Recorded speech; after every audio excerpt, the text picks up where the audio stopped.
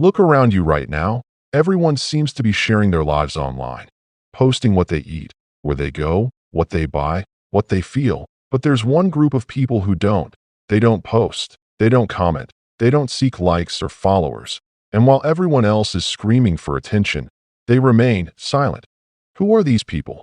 Why do they stay away from the digital spotlight? And what does psychology say about the minds of people who choose silence in a world that never stops? Talking, stay with me till the end, because what you're about to hear might just make you rethink the entire concept of social connection. Number 1. The misunderstood quiet.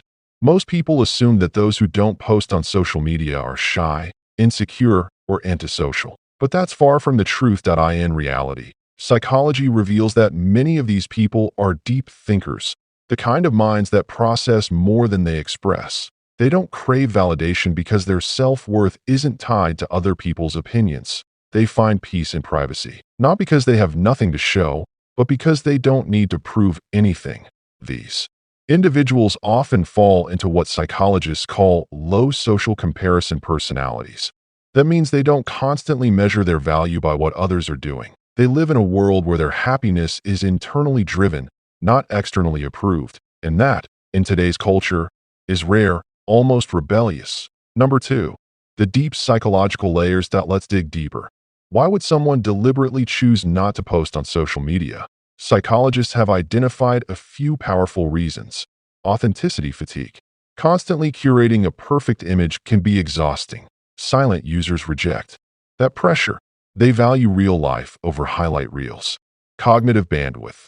People who think deeply often guard their mental energy. They know that endless scrolling drains focus, creativity, and emotional balance. Emotional independence. Some individuals find peace in knowing they don't need digital applause to feel good about themselves. They are what psychologists call intrinsically validated, meaning their confidence comes from within, not from hearts or thumbs-up icons.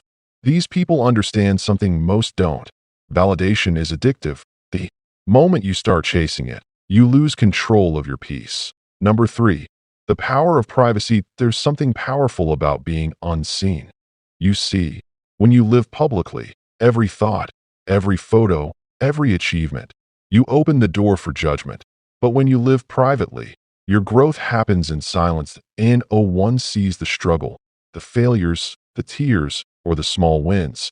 And that privacy becomes a kind of freedom. A freedom that not everyone gets to experience anymore. In psychology, this is linked to self-determination theory, the idea that true happiness comes from autonomy, competence, and connection. People who don't post often experience autonomy on a deeper level. They feel in control of their lives because they're not performing for an audience. They don't need to prove they're happy. They simply are. Number 4. The hidden strength behind the silence. Now here's the twist. Silence isn't weakness. It's discipline. It's the ability to experience joy without announcing it. Win.